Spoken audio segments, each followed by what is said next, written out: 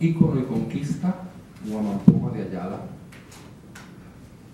el mito taíno, Levi-Strauss en las Antillas, la gestación de Fortunata y Jacinta, Galdós y la novela como reescritura,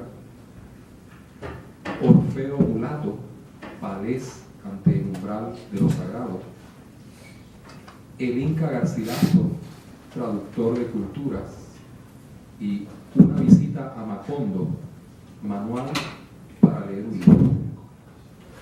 Filóloga, crítica, antropóloga, latinoamericanista, conocedora tanto del quechua como de la iconografía colonial. En ella, el conocimiento riguroso del archivo, la indagación estructural de la cultura y la imaginación crítica de la ensayista convergen para producir una escritura tan ávida como generosa. Profesora emérita de los departamentos de estudios hispánicos y literatura comparada de la Universidad de Puerto Rico en Río Piedras y miembro de la Academia Puertorriqueña de la Lengua, Mercedes ha sido también maestra y formadora de generaciones de intelectuales que hoy enseñan en diversas universidades. Para nosotros es un placer y un honor tenerla aquí, hablando de Garcilaso de la Vega, el Inca. Con ustedes, Mercedes López.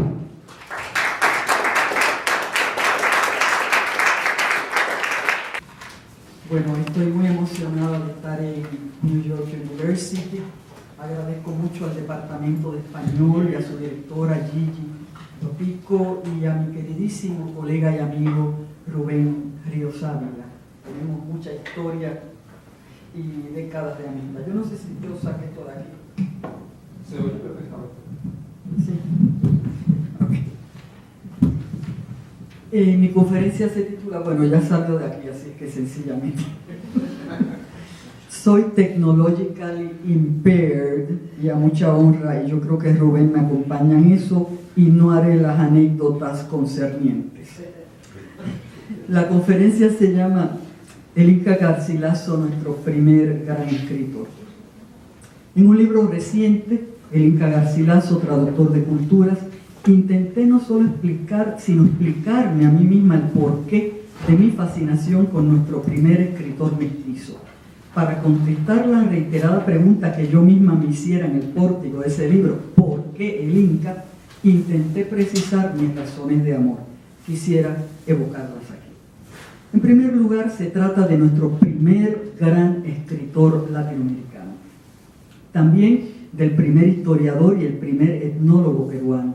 Inicia no solo la literatura de su país, sino el canon literario hispanoamericano. Estrena en el Perú la corriente fundacional de nuestras letras, la traducción de culturas, en la que también se destacó el sin par Huamampoma. Y además de constituir el mito originario de la peruanidad mestiza, crea mitos convirtiéndose a su vez en mitólogo, y empleo la palabra en el sentido que le da la Real Academia de la Lengua Española, aquel que sabe de mitos y que los crea. Pero aún hay otras respuestas a la reiterada pregunta de por qué el Inca, porque uno mismo se pregunta por qué estoy estudiando esto con tanto amor, ¿no? Y ahora hablo como puertorriqueña. El Inca está muy cerca de nosotros, no impese el aparente exotismo que los Andes puedan tener en el imaginario caribeño.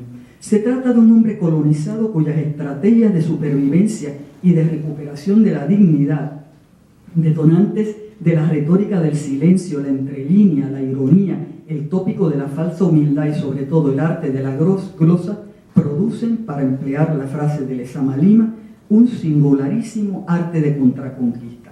En otras palabras, lo que Josefina Ludmer llama las tretas del débil, para decir sus verdades y que la censura no lo pudiera impedir. Huamampoma, otra maravilla andina, gritó y vociferó desde la palabra y la imagen y lo silenciaron durante 3 siglos. Garcilaso, con su sabia elegancia de humanista, dijo y desdijo, convirtiéndose en autor canónico desde su primer libro, la traducción de los diálogos de amor de León Hebreo. Lo que me lleva a la pulsión que late tras mis estudios garcilacistas, la perplejidad Me refiero a las dificultades que tuve de estudiante para aceptar las contradicciones de un cronista que celebraba a la vez el imperio incaico y su destrucción. ¿Cómo era posible, no? Hoy empezamos a entenderlas.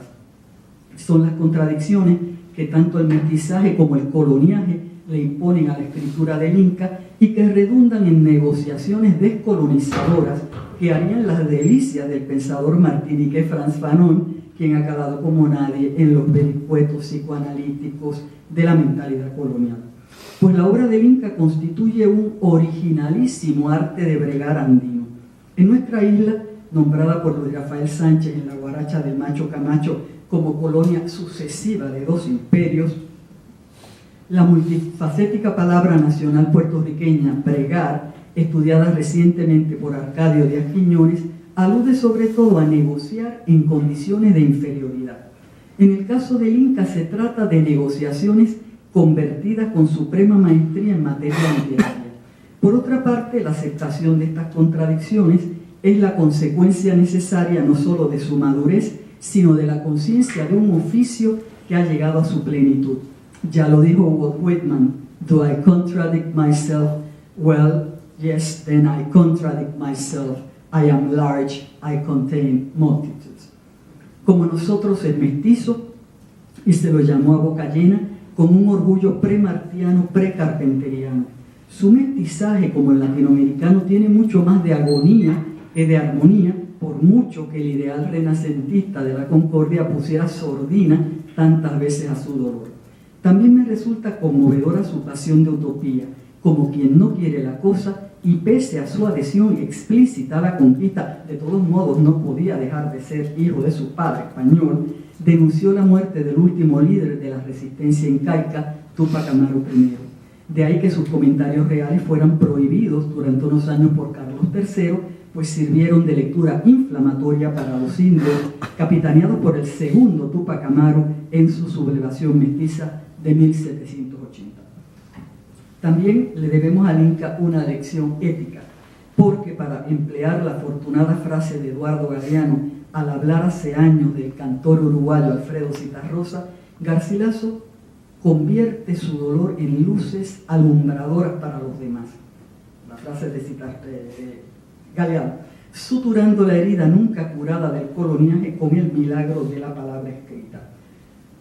También lo estudio porque me estremece su valiente lucha contra el olvido. Tras graves humillaciones, el repudio de su madre, la princesa incaica Isabel Chimpu Ocllo, por el capitán Sebastián Garcilaso de la Vega, su padre, o la denegación del Consejo de Indias de Madrid de la herencia paterna por hallar a su progenitor sospechoso de traición a la corona, se declara inca y construye un monumento literario al mundo materno en peligro de extinción. Y lo hace desde la dignidad andina que aún pervive hoy, manifiesta en versos como aquellos de un huayno quechua que rescatara Arguedas en 1946 y cuya belleza surrealista que late en la traducción del autor de Los Ríos Profundos apunta a una despedida que se quiere postergar hasta lo indecible. Y cito el huayno: "Hoy es el día de mi partida, hoy no me iré mañana. Me veréis salir tocando una flauta de hueso de mosca, llevando por bandera una tela de araña. Será mi tambor un huevo de hormiga, y mi montera será un nido de picaflor". Por todo lo dicho, esta puertorriqueña quiere rendirle homenaje al Inca Garcilaso hoy, partiendo de una declaración de Ernesto Sábato. Con su sabia intuición visceral, en la Resistencia afirmaba que la poesía y el mito son las manifestaciones más profundas del espíritu del hombre, con las que toca, cito, los fundamentos últimos de su condición y logra que el mundo en que vive adquiera el sentido del cual carece, fin de cita. Poniendo el acento en los comentarios reales y la historia general del Perú, nuestra conferencia abordará las facetas menos exploradas de un autor poliédrico, los roles del Inca Garcilaso como escritor que roza la poesía y como mitólogo.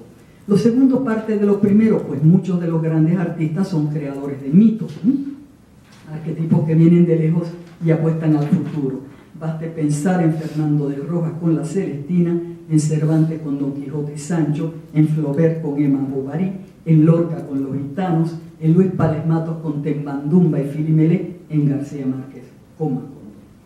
Y comenzamos abordando las múltiples razones que le han ganado al Inca el epíteto que vengo otorgándole con tanto placer hace unos años, nuestro primer gran escritor, latinoamericano desde luego. ¿Qué hace un gran escritor? No solo la vocación. El escritor nace pero también se hace, leyendo. En un ensayo sobre Miguel Hernández, Carlos Bosoño lo explica. La grandeza de un autor depende de la cantidad de tradición literaria que su obra, desde su novedad, salva. Porque la intertextualidad es, para emplear la frase de Roberto González Echevarría, una selva de libros que habita cada texto literario importante. En el caso del Inca están los clásicos latinos, la utopía de Tomás Moro, el neoplatonismo renacentista, los diálogos de amor de León Hebreo, Castiglione, las novelas de caballería, la picaresca, las crónicas de Blas Valera, Gómara, Zárate y Diego Fernández. Pero nuestro mestizo no solo leyó abundantemente, también supo escuchar, sobre todo en su niñez, la tradición oral incaica. Y con ella los mitos y la poesía andina que nutren la cultura materna. Pero sin la voluntad de belleza el escritor no llega lejos. Tiene que apostar al placer del texto, que en la escritura garcilaciana se logra por la simetría como principio rector, la variedad, las metáforas y las alegorías, la poesía que emerge plena en frases inesperadas, las descripciones vívidas de instantes congelados en el tiempo y la pulsión narrativa que logra cuentos perfectos. También la creación de personajes inolvidables y diálogos estremecedores, además de una prosa sobria, clara y serena, cada día más joven. Sus cuentos son ya famosos, sobre todo el de Aguirre de la Historia General del Perú, que exhibe sabor de aventura, humor, suspense y sorpresa final, además de una moraleja. La autoridad arbitraria poco le sirve a la justicia. Moraleja irónica, pues posiblemente derive de la experiencia del Inca ante el Consejo de Indias en Madrid.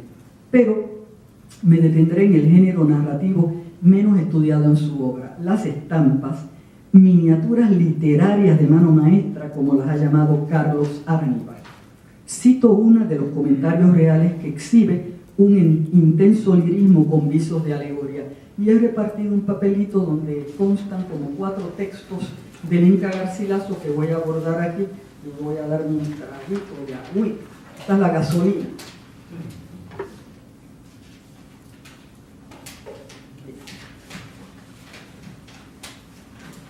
Esta estampa dice así: en el llano de yuca y vi volar 2 cernícalos a un pajarillo, traíanlo de lejos, encerróseles en un árbol grande y espeso que hay en aquel llano. Yo lo dejé en pie, que los indios en su gentilidad tenían por sagrado, porque sus reyes se ponían debajo de él a ver las fiestas que en aquel hermoso llano se hacían.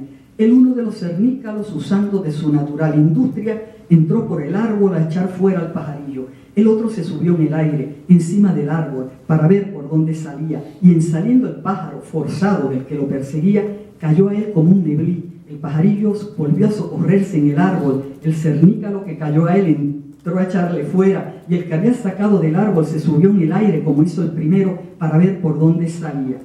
De esta manera los cernícalos, trocándose ya el uno y ya el otro, entraron y salieron del árbol 4 veces, y otras tantas se les encerró el pajarillo con grande ánimo, defendiendo su vida, hasta que la 5ª vez se le fue al río, y en unos paredones de edificios antiguos que por aquella banda había, se les escapó con gran contento y gusto de 4 o 5 españoles que habían estado mirando la volatería, admirados de lo que la naturaleza enseña a todas sus criaturas, hasta las aves tan pequeñas, para sustentar sus vidas, unas acometiendo y otras huyendo con tanta industria y maña como se ve a cada paso.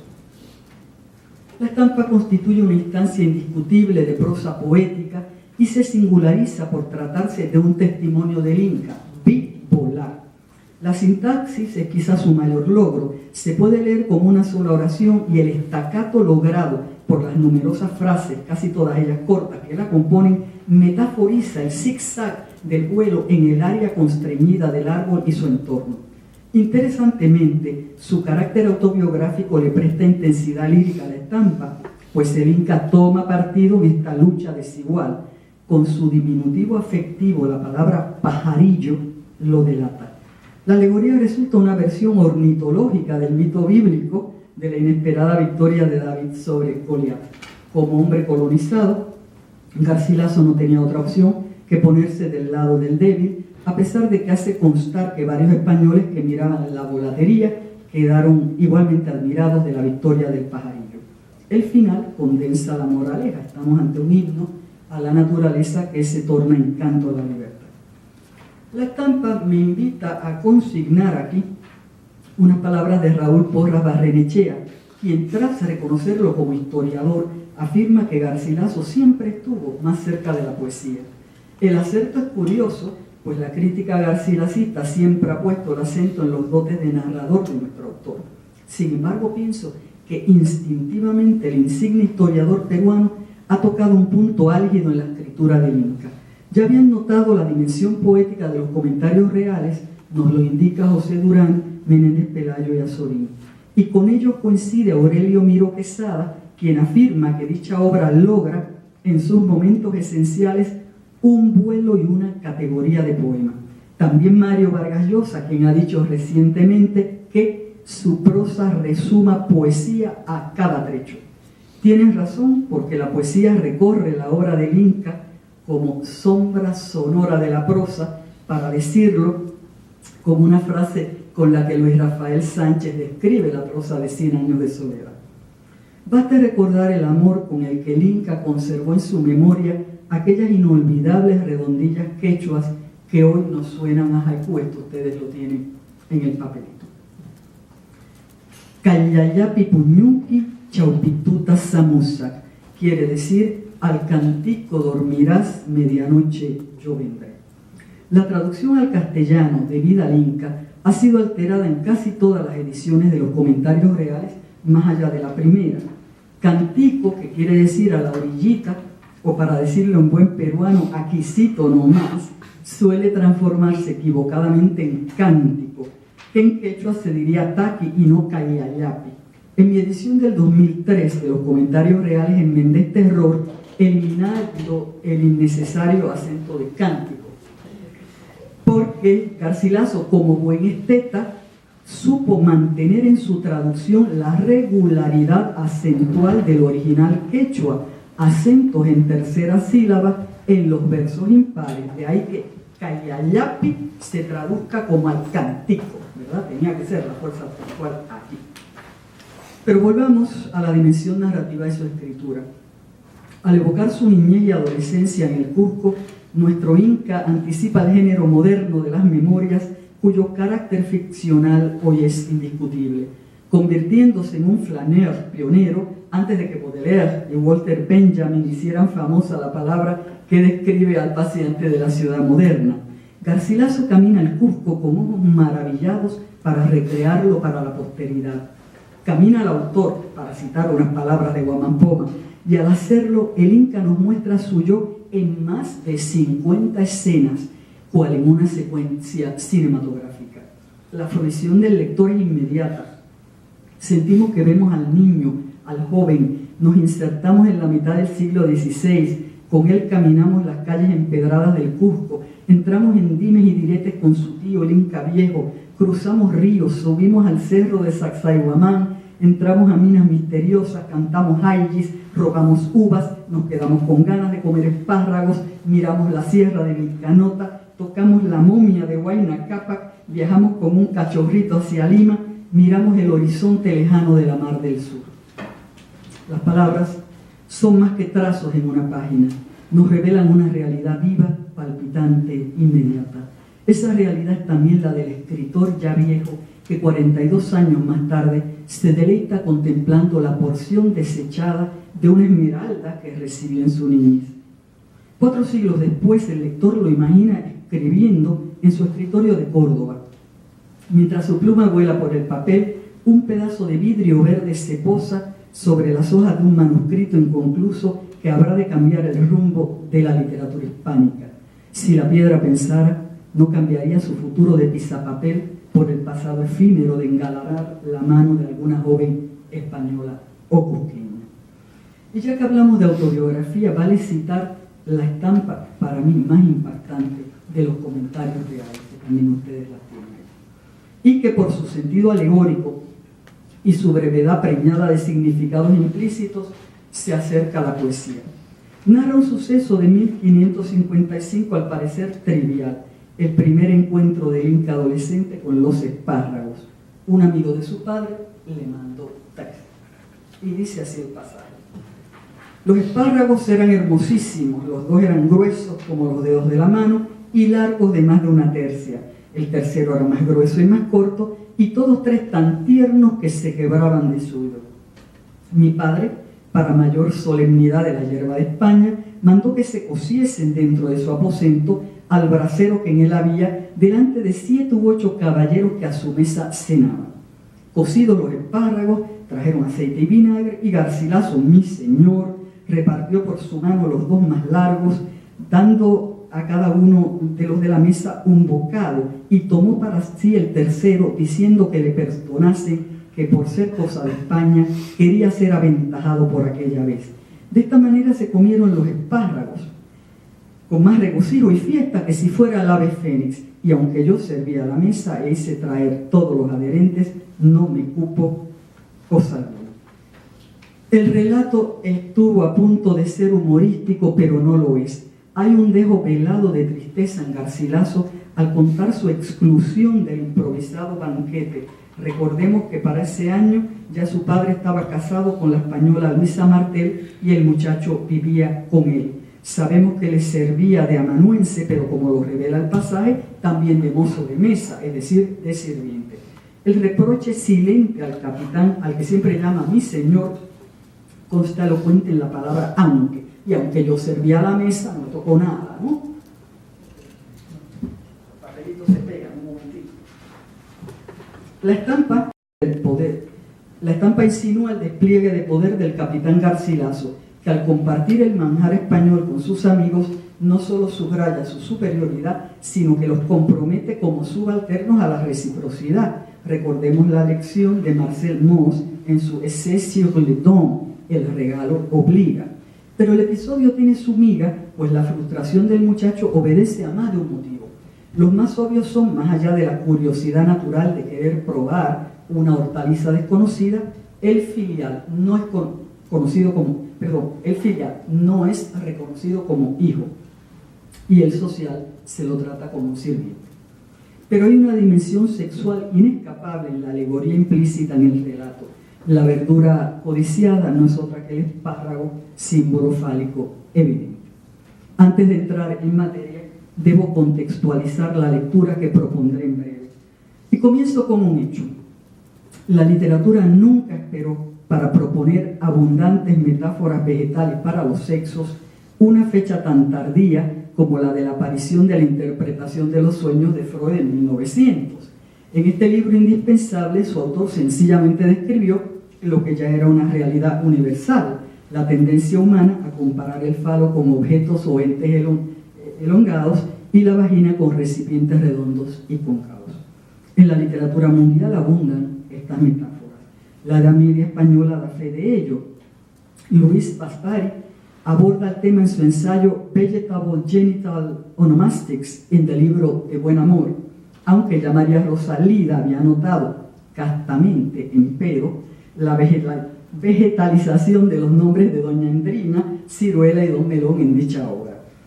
Y a propósito de Doña Endrina, la comparación de la fruta abierta como metáfora vaginal ha recorrido no solo el habla popular de innumerables países, valga recordar que por ello en Cuba no se puede decir papaya, dulce manjar que ha quedado nombrado allí como una frase eufemística poco afortunada, fruta bomba, eso, ¿verdad? En fin.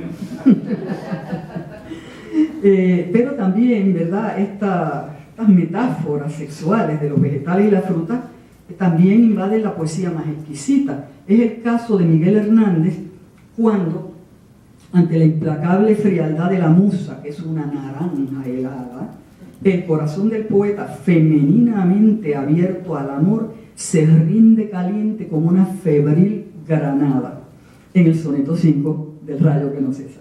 No nos debe extrañar, la misma palabra fruta está emparentada etimológicamente con fruición y disfrute, voces relativas al goce, como nos lo ha explicado muy bien Corominas en su diccionario. Y por algo nuestra parcha puertorriqueña se llama en inglés passion fruit.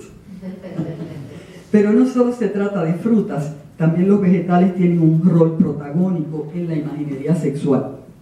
En el romancero antiguo hay ejemplos notorios de esta tendencia lúdica del lenguaje que viene indudablemente de la oralidad, ya que no hay lengua que no compare las partes del cuerpo con elementos de la naturaleza. Basta recordar los romances de Doña Alhambra, en los que para vengarse de uno de los infantes de Lara, ordena a su criado ensangrentar un pepino, un cohombro, y tirárselo, una forma de afrentar su virilidad con la intención simbólica de castrarlo. Oigan, asunto sobre Doña Alhambra.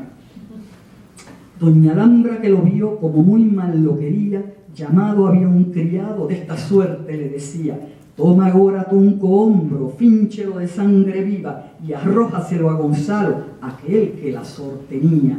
Vente luego para mí, que yo te mampararía. También encontramos este juego metafórico en la literatura colonial. En Guamapoma, también encontramos este juego metafórico en la literatura colonial.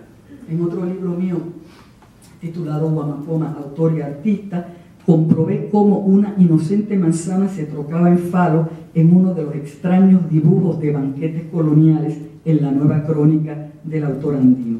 Lo que nos lleva a recordar otras instancias de las artes visuales, ¿no?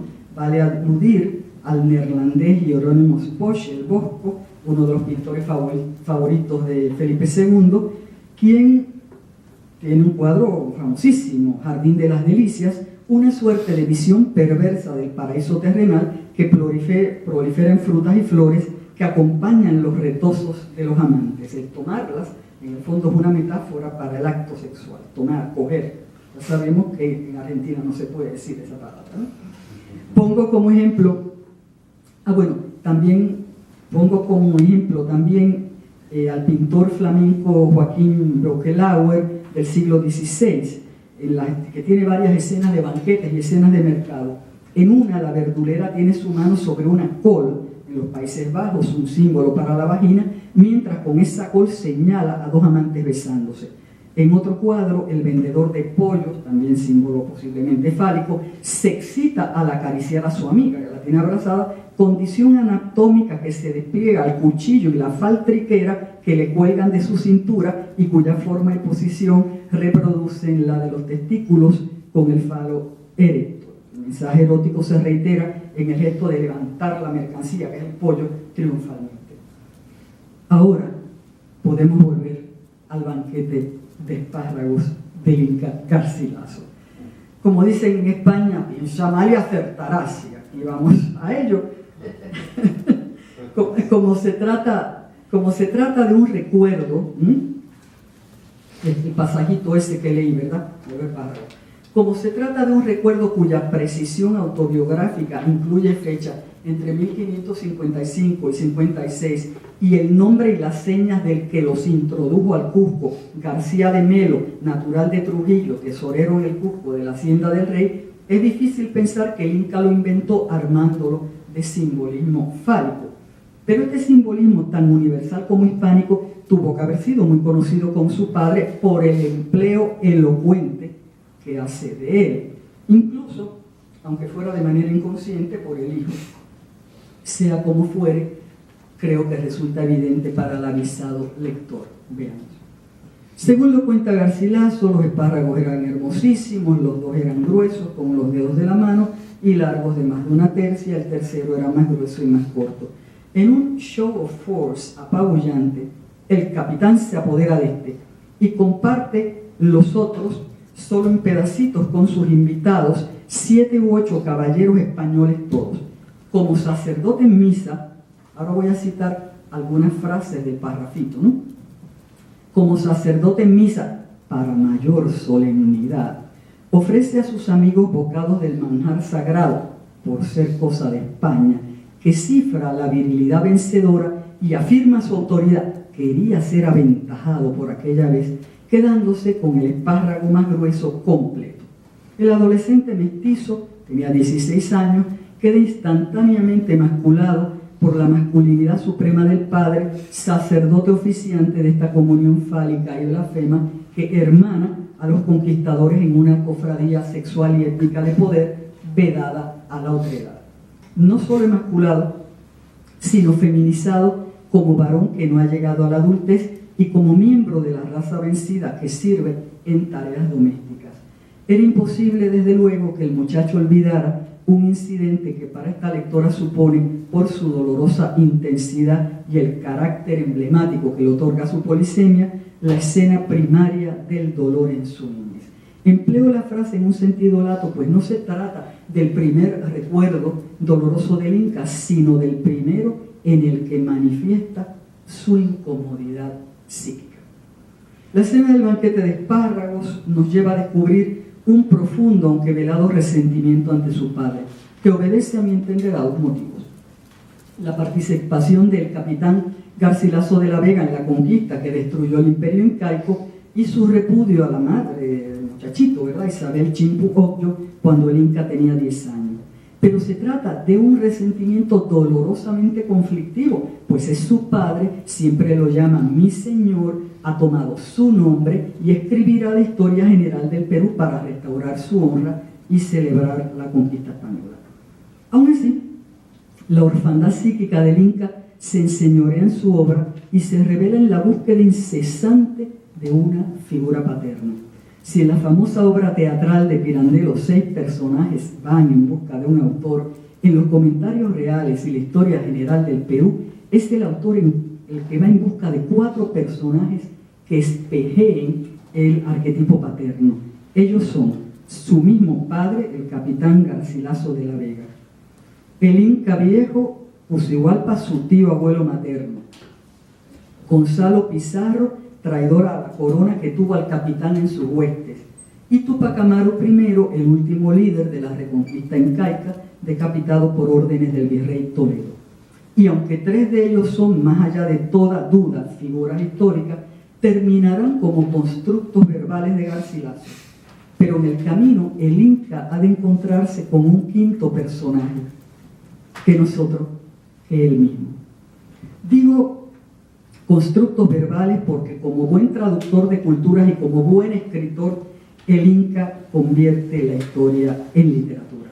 Del padre deshonrado e infamado crea un padre honrado, que su obra hará famoso. Del rebelde traidor, un vasallo leal a la corona. De sus parientes maternos, la figura arquetípica del Inca viejo.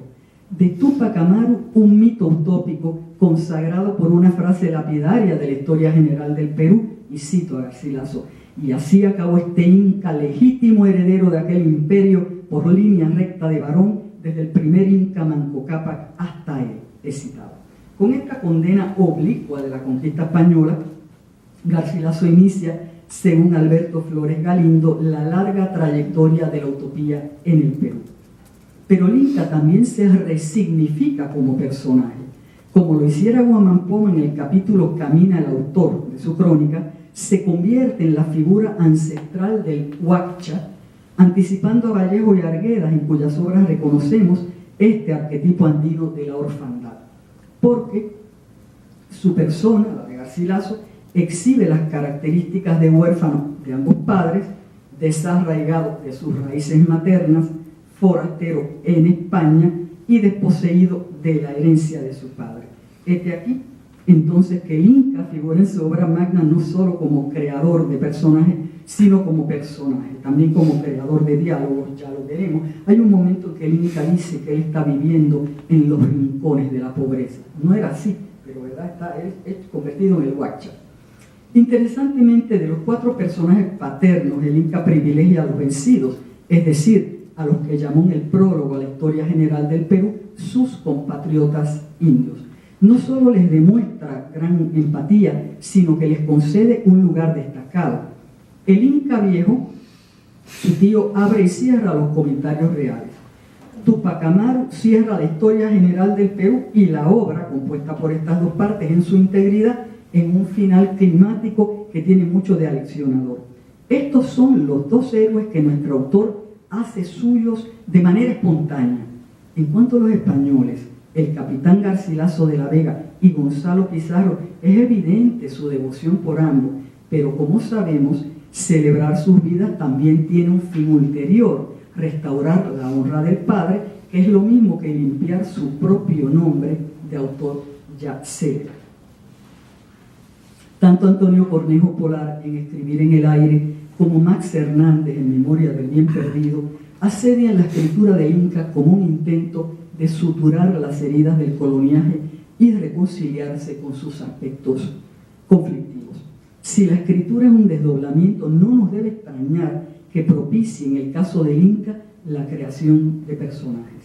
En los comentarios reales se alternan dos figuras paternas: el Inca viejo, su tío omnipresente, y el padre de presencia fugaz. El Inca viejo es el alfa y el omega del libro.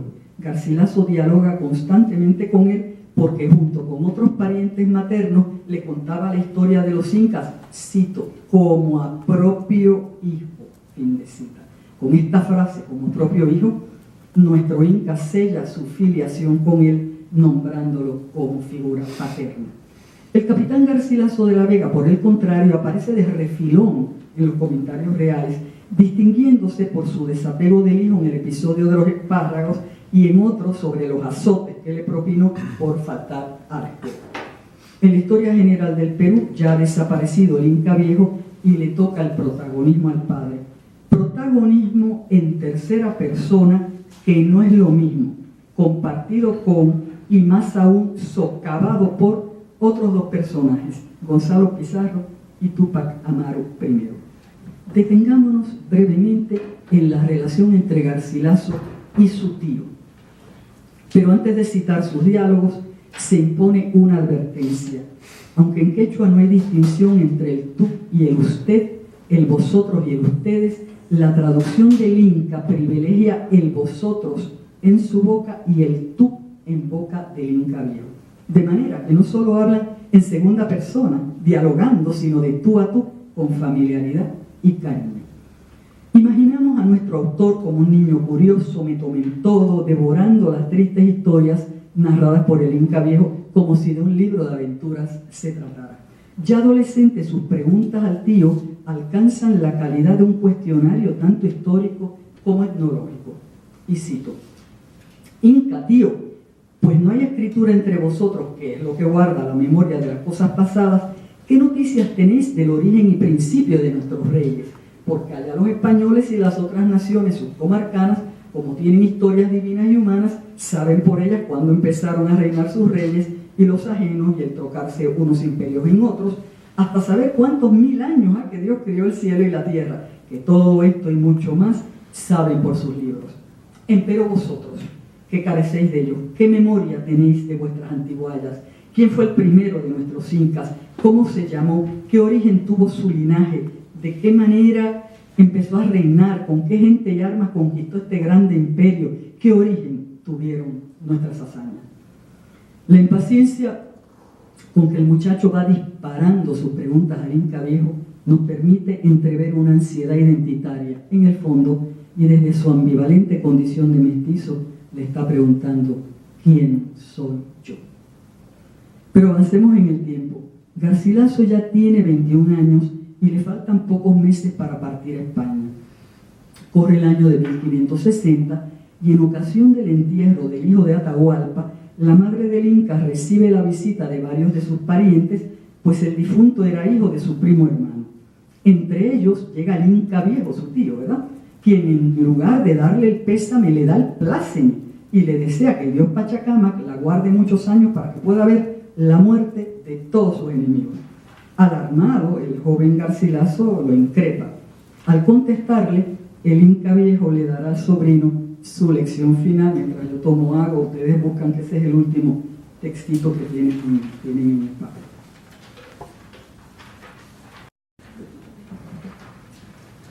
Él, es decir, el Inca viejo, ¿no?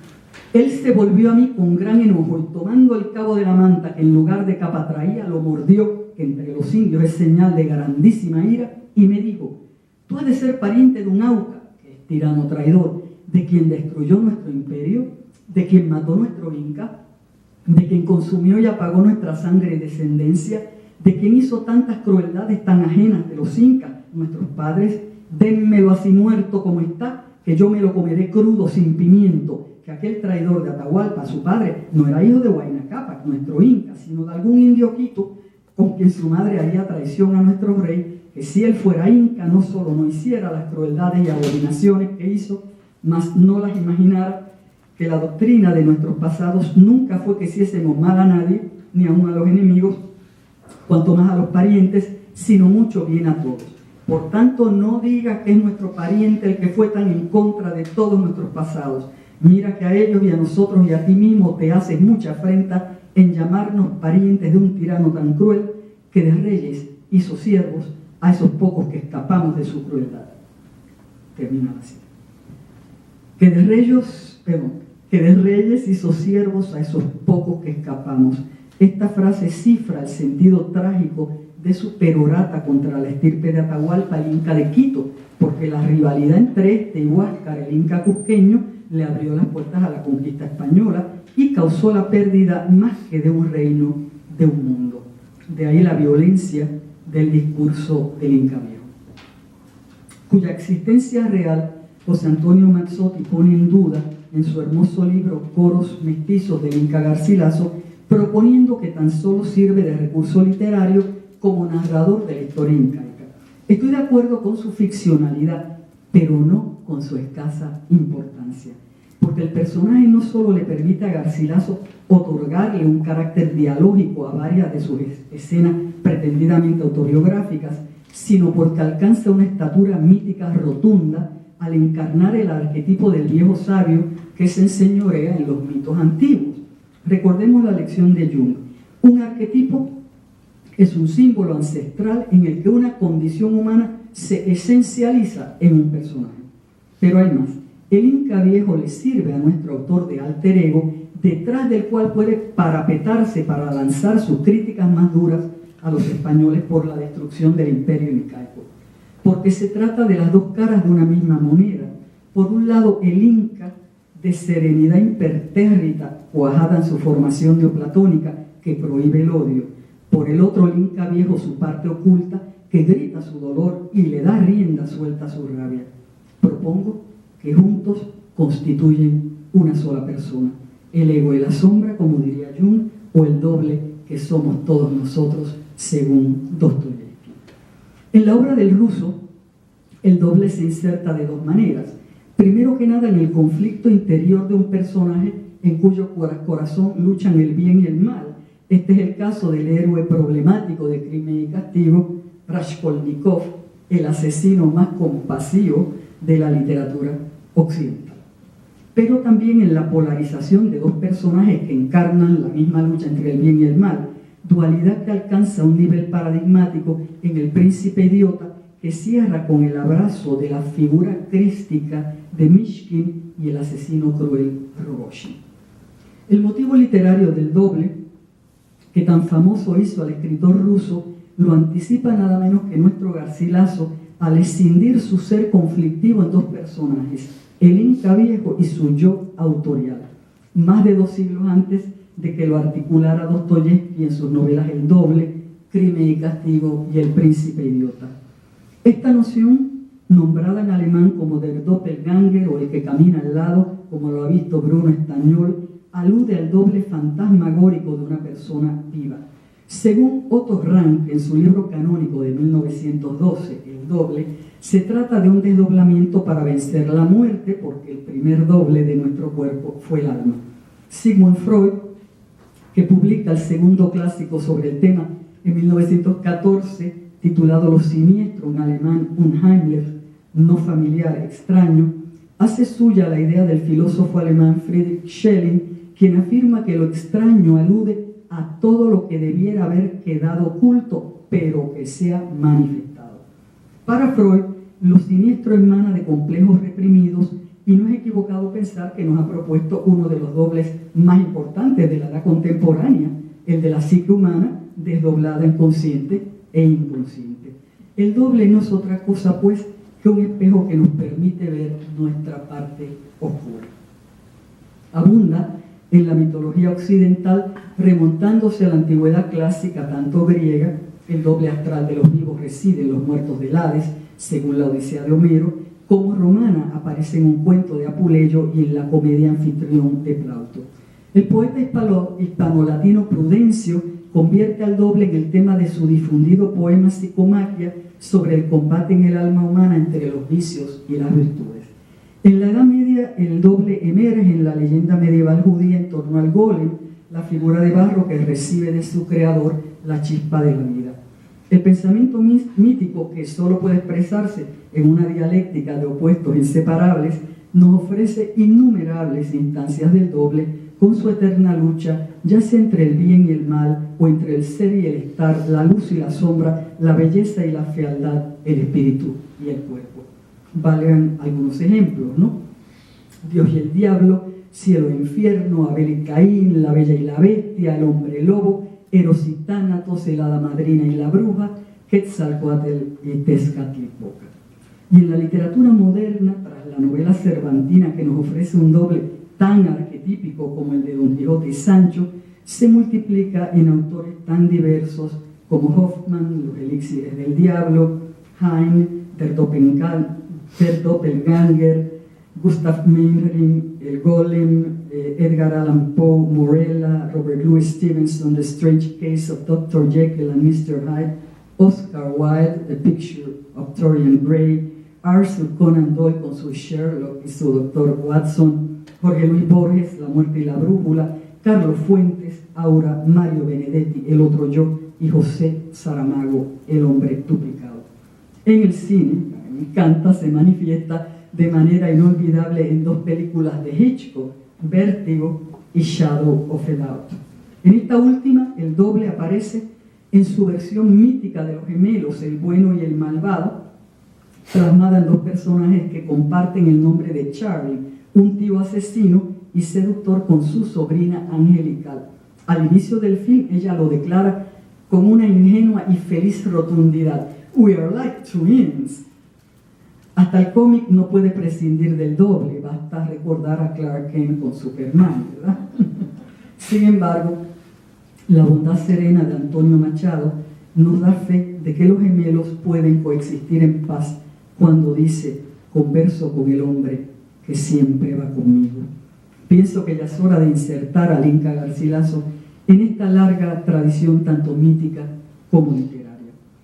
Partiendo de la simetría como elemento rector de la escritura del Inca, es interesante constatar que en los comentarios reales, considerados en su integridad, hay 4 héroes masculinos, 2 españoles, Gonzalo Pizarro y el capitán Garcilaso de la Vega, y 2 indios, el Inca Viejo y Tupac Amaru.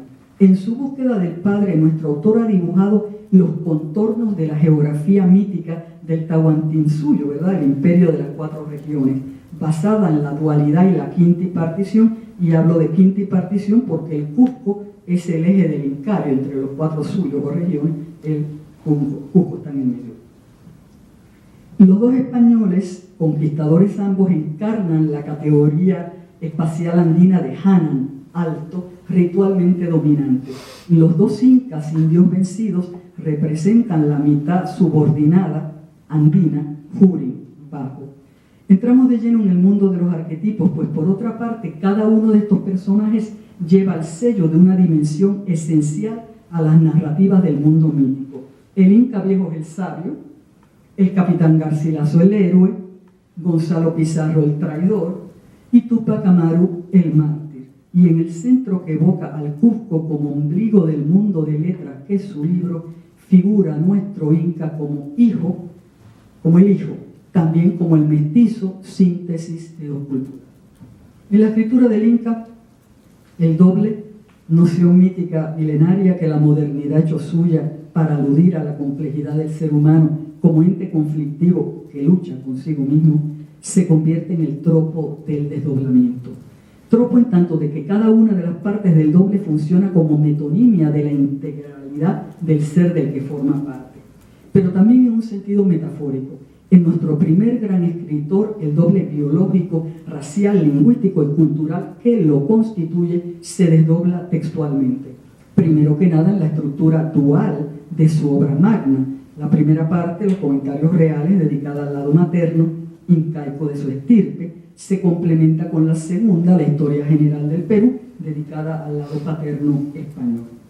Vencedores y vencidos forman el doble escritural de una obra escindida que se espejea gracias al eje central del autor mestizo. También el doble se manifiesta en los personajes masculinos creados por las reverberaciones múltiples de la elusiva figura paterna. Sobre todo Cusihualpa, el Inca viejo, que le devuelve a nuestro autor su propia imagen invertida y que incluso comparte con él su epíteto de Inca. Piensen, Inca viejo, Inca Garcilaso. Y también su avanzada edad. Recordemos una frase conmovedora de José Durán: el Inca escribía ya para morir. Expliquemos por qué su creación fue necesaria a nivel de la psique profunda para el Inca.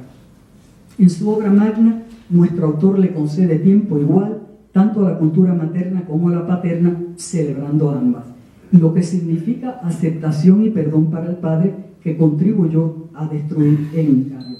Pero ello no impidió que su herida abriera fisuras en la serenidad impertérrita con la que narra la destrucción de un mundo.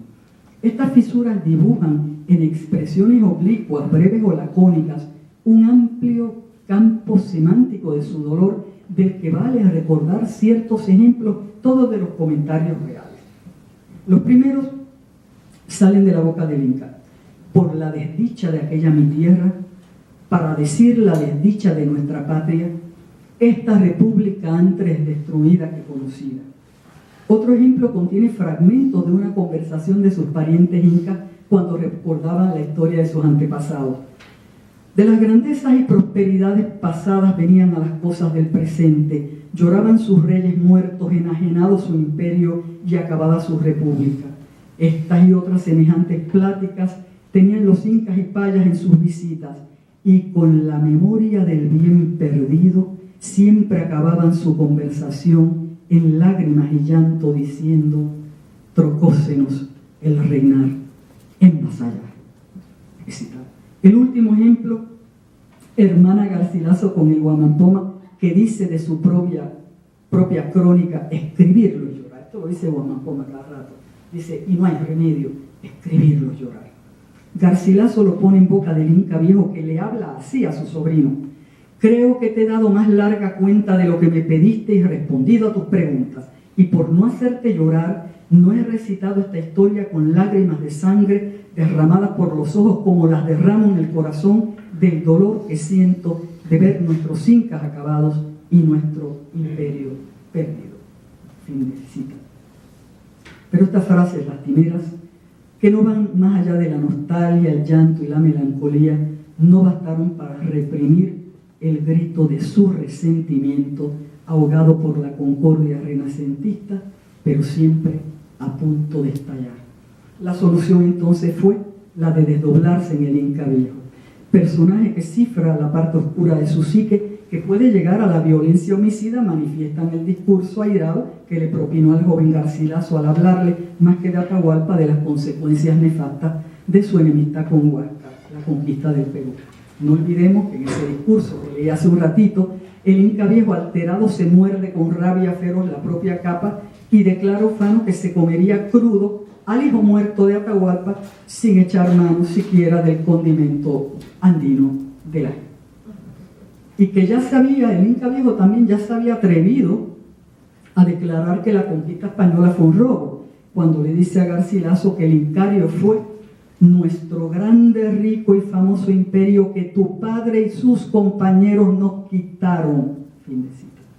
Por todo lo dicho, el doble de los dos incas, el autor y el personaje, constituyen para esta lectora una de las aportaciones literarias más originales de los comentarios reales. Pasemos, estoy acabando, pasemos por un momento de la literatura a la historia. Y este otro doble, el de nuestro autor como arquetipo del mestizo, propuesto hace más de 4 siglos y elevado a niveles míticos, constituye el legado ético más importante del Inca en términos históricos. En primer lugar, porque elevó para siempre la autoestima colectiva de su pueblo. Y en segundo lugar, porque abrió el camino para la aceptación y celebración del mestizaje en nuestra América. Recordemos a Cirilo Villaverde en Cecilia Valdés, Alejo Carpentier en el prólogo, su prólogo al reino de este mundo, José Vasconcelos en La raza cósmica, Octavio Paz en El laberinto de la soledad, M.S. Serres en su cuaderno de retorno al país natal, Luis Pález Matos en El tuntún de Pasa y Grifería y José María Guedas en Todas las sangres. Pero hay más, y ello nos concierne hoy. Y es que los mestizos, siguiendo el ejemplo de nuestro primer exiliado, así llamó José Antonio Mazzotti al Inca en el 4º centenario de los comentarios reales celebrado hace unos años en la Universidad de Puerto Rico, se enseñorean en la comunidad global de nuestra posmodernidad, invadiendo de manera multitudinaria como inmigrantes antes y después de la descolonización de sus naciones, sus respectivas metrópolis. Una frase del novelista de Sri Lanka, Balabanir Sivanandam, también director del Instituto de Relaciones Raciales de Londres, lo confirma. We are here because you were there. Son palabras que, convertidas en slogan, hoy traspasan fronteras en diversas lenguas. No son sisipas que puse tielá, estamos aquí porque ustedes estuvieron allá. No cabe duda de que la frase la pudo haber pronunciado el Inca al pisar suelo español. Consagrado desde el siglo XVI como historiador y desde el XX como antropólogo avant la lettre, hoy he querido celebrar al autor de los comentarios reales como nuestro primer gran escritor latinoamericano. Faceta que urge añadir al mosaico inacabado de su personalidad ya mítica, porque la obra del Inca Garcilaso de la Vega es como aquella mar del sur que se lo llevó para siempre hacia el exilio inagotable. Muchas gracias.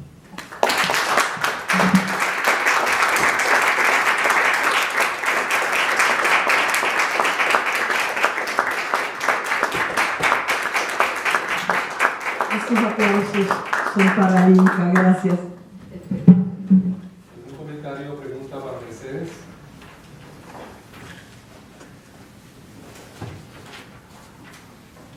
Yo soy novia de Huamampoma, pero también de Inca, así que son muy abiertos.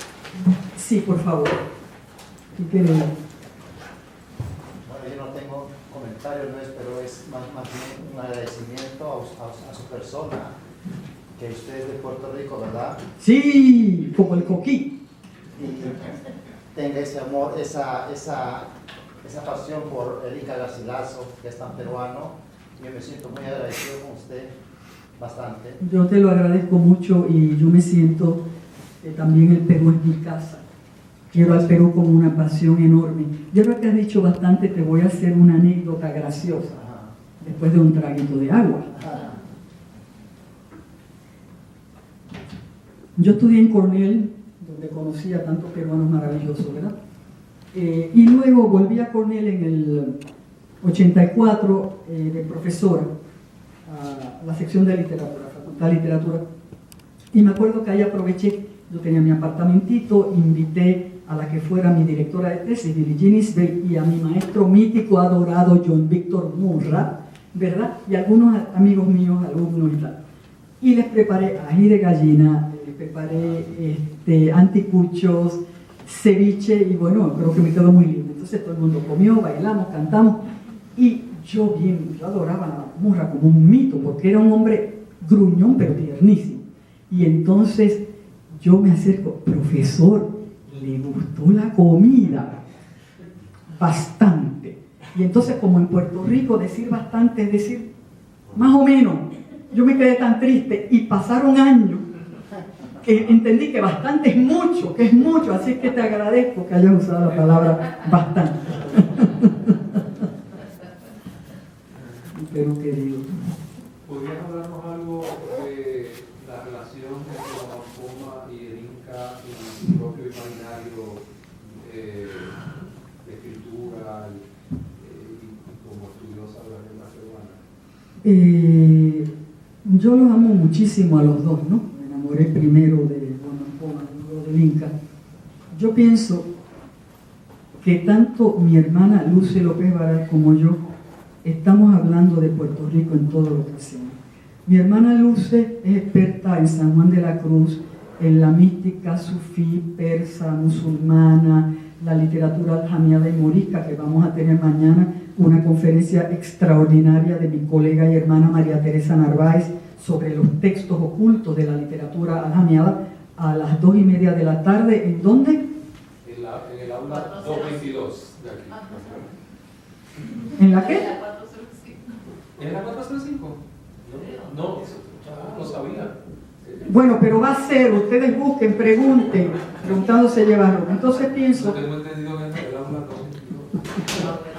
los literatos somos despistados, Ruby, ¿verdad? Bueno, entonces para tu pregunta, ¿verdad? Yo pienso que estos autores a mí me adoran profundamente, primero que nada por su belleza. Yo he hecho literatura, pero me metí en antropología cuando leí La Elegía por Atahualpa en la traducción de Arguedas en el libro El Reverso de la Conquista, ¿verdad? A mí, la belleza, estamos en literatura por la belleza, no nos engañemos. Si estamos por otra razón anterior a la belleza, piénsenlo bien, la belleza. Después viene la ética, la literatura, historia, sociología, hay muchas cosas. Sin belleza no vamos a nada. Así que me encantó esa prosa de Guamampoma, una prosa rota desde adentro por el quechua, pero que dice maravillas. Y luego, en el caso de Garcilaso, toda esta belleza escritural, ¿verdad? Ellos son muy distintos. Al mismo tiempo, son dos hombres, unos indios purititos, ¿verdad? Que es Guamampoma, el otro es mestizo, pero son sujetos coloniales que están resistiendo y se están quejando de ellos. De manera muy distinta, porque Garcilaso es estridente, maravillosamente estridente, vocifera, sus dibujos gritan, una violencia enorme en sus dibujos. Perdón, ¿dije qué? Perdón, gracias Teresita, gracias. Ya uno está a esta hora con cierta dislexia. Guamampoma es que grita, vocifera y nos encanta.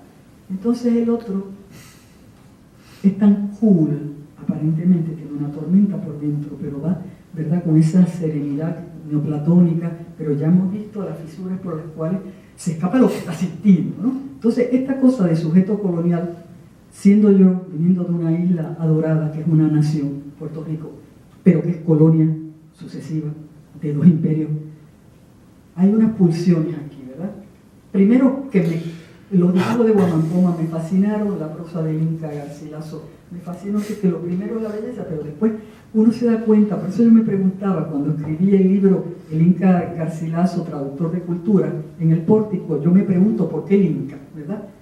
Y reitero muchas veces la pregunta y trato de contestármela, porque muchas veces uno hace cosas y después te pregunta, ¿y por qué tú te metiste en esto? Y entonces tú empiezas a reflexionar. Ahora lo tengo más claro, ¿verdad? A mí, cuando yo leí La Elegía por Atahualpa y cuando fui por primera vez a Sudamérica y voy a Bogotá y en el Museo del Oro, que es precioso, a mí no me impresionaron tanto los artefactos de oro bellísimos arqueológicos.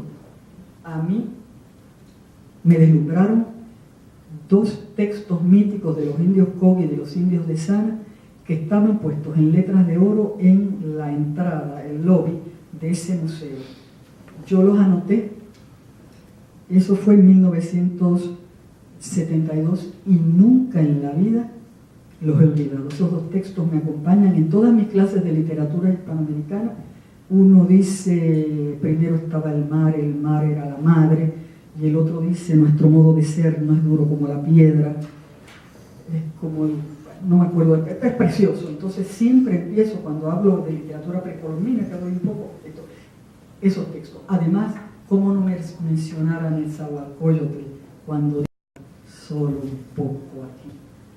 Si Jade se quiebra, si es pluma de quetzal se desgarra, etc. Así es que pues, Rubén querido, te contesté, tuve un fluir de la conciencia que ni Joyce, pero bueno. Sí, Mariela. ¿Conoces el poemario de Antonio Cisneros que se llama Los Comentarios Reales de Antonio Cisneros? No, pero me has dado una ficha magnífica, lo voy a buscar. Es un libro que Toño escribió a comienzos de los 60 y que de algún modo inaugura el tono conversacional en la poesía peruana.